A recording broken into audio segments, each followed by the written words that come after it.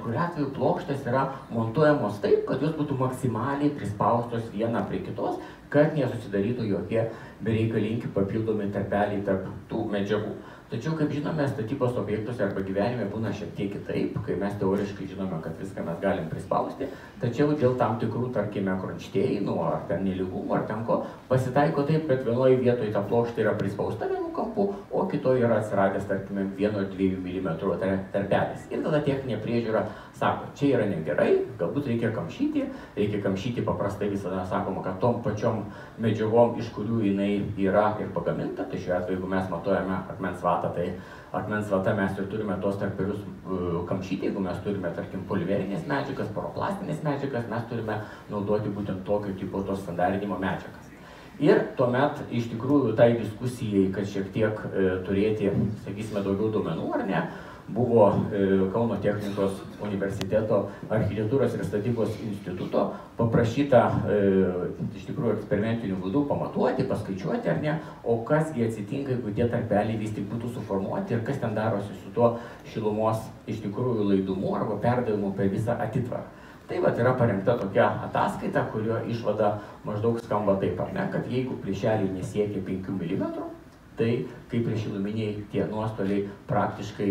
labai nedideli, kad sunku juos iš tikrųjų negu įvertinti. O jeigu tas plotas, reiškia, tarpelio plotis viršė 5 mm, tai tuomet jau galima matyti tam tikrus šilumos srautų padidėjimus būtent per tos plaušelius. Bet šita iš tikrųjų išvada ir šita studija yra rengta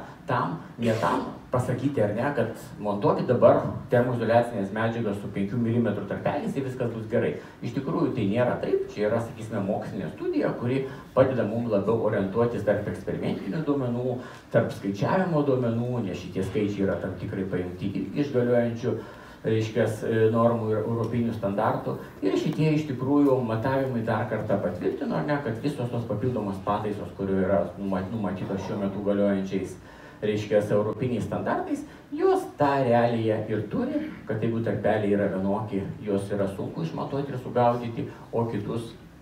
galima aiškiai matyti. Kad vizualiai būtų paprasčiau, ne, ta prasme, buvo atliktas kitas eksperimentas, kai, sakysime, toks labai nesudėtingas ir paprastas, kad būtų lengviau įsivaizduoti, čia keletas skaidrių šių nuotraukų skaidrėje pateikiu. Tai paimtas kaitinimo elementas, sudėtas pagrindas, šiuo atveju skarda, kad lengviau galima būtų tą šilumą perduoti nuo kaitinimo elemento iki pačios medžiagos, kol uždėta garų izoliacinė plėvelė, buvo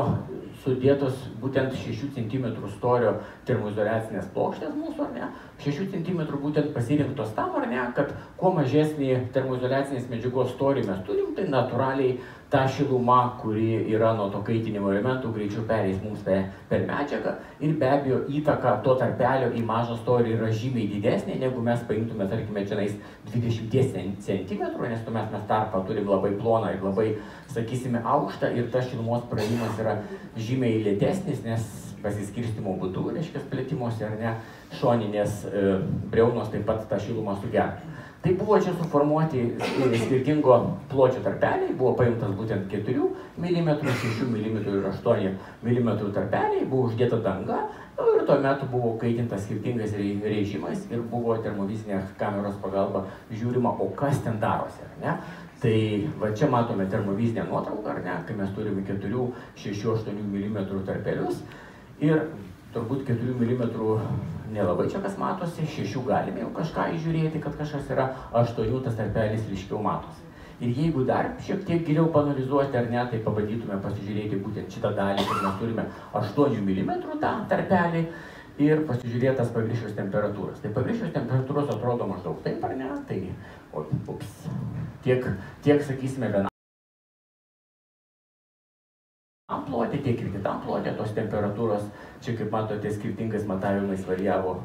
šiek tiek skirtingai, čia nuo 20,7 iki 21,4, čia maksimalus buvo 21,2, o jeigu mes pažiūrėtume šitam tarpelį esantį, tai čia temperatūra buvo fiksuojama maksimaliai iki 21,6. Tai reziumė ir buvo tokia, ar ne, kad jeigu mes ir paimsime šiuo atveju eksperimentiniu būdu suformuotą tą plačiausią tarpelį, kuris yra 8 mm, ar ne, tai maksimalios temperatūros, kurios buvo nustatytos tiek plokštės jau paviršiuje, ar ne, tiek ir tarpelėje, svyravo pakankamai nedidelėme labai diapazone, kas ir parodo, ar ne, kad tai termoizoliaciniai medžiagai būtent dar storėjant, tai tas temperatūros skirtumas turėtų būti dar žemesnis, nes 6 cm storis pakankamai nedidelis ir manau jisai akivaizdžiai iš tikrųjų parodo būtent tą šilumos perėjimą, nes būtent 8 mm tarpeliai matomi, sakysime, plika akimi, o esant būtent tas iki 5 arba 4 mm šitos įtakos praktiškai nestebima, kas dar kartą patvirtino, ar ne,